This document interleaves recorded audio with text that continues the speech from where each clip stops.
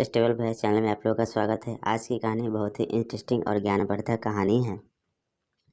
एक सिद्ध गुरु से दीक्षा प्राप्त कर 3 छात्र वापस लौट रहे थे। गुरु जी ने उन्हें आध्यात्मिक ज्ञान के साथ साथ व्यवहारिक ज्ञान होने की भी सीख दी थी।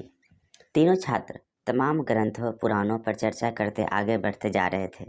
बहुत दूर चलने के बाद उन्हें एहसास हुआ कि अब उन्हें कहीं विश्राम करना चाहिए और रात गुजार कर ही आगे बढ़ना चाहिए। वे एक जगह रुके और खाने की पोटली खोली, पर उसमें एक ही रोटी बची थी। तीनों छात्र ने सोचा कि इसे बांटकर खाने से किसी की भूख नहीं मिटेगी। अच्छा होगा कोई एक ही इसे खा ले। पर वो एक छात्र कौन है, ये कैसे पता चले? चूँकि वे आध्यात्मिक अनुभव कर लौट रहे थे, इसीलिए तीनों छात्र ने तय किया कि इसका निर्णय वे भगवान पर छोड़ देंगे। भगवान ही कुछ ऐसा इशारा करेंगे कि समझ में आ जाएगा कि रोटी किसे खानी चाहिए। और ऐसा सोचकर वे तीनों लेट गए।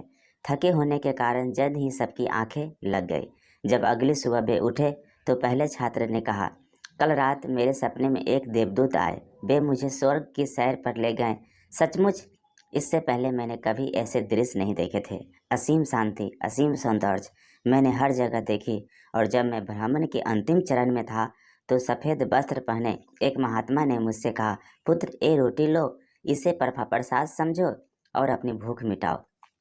पहले छात्र ने अपनी बात खत्म की ही थी कि दूसरा छात्र बोला, कितनी अजीब बात है, मैंने भी बिल्कुल ऐसा ही सपना देखा और अंत में एक महात्मा ने मुझे स्पष्ट निर्देश दिया कि मैंने जीवन भर लोगों का भला किया है, इसीलिए रोटी पर मेरा ही हक बनता है। उन दोनों की बात सुन तीसरा छात्र चुपचाप बैठा था। पहले छात्र ने पूछा, तुमने क्या सपना देखा? मेरे सपने में कुछ भी नहीं था।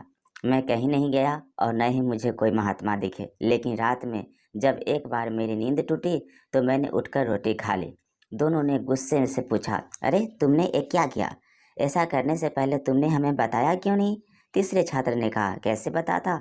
तुम दोनों अपने अपने सपनों में इतने दूर जो चले गए थे, और कल ही तो गुरु जी ने हमें बताया था कि आध्यात्मिक ज्ञान के साथ साथ व्यवहारिक ज्ञान का महत्व समझना चाहिए। इस मामले में भगवान ने जल्द ही मुझे संकेत दे दिया कि भूखे मरने से अच्छा है कि रोटी खा लो, और मैंने वही किया। कैसा लगा ये शॉर्ट मोटिवेशन स्टोरी? और इस चैनल को लाइक शेयर और सब्सक्राइब कर लीजिए।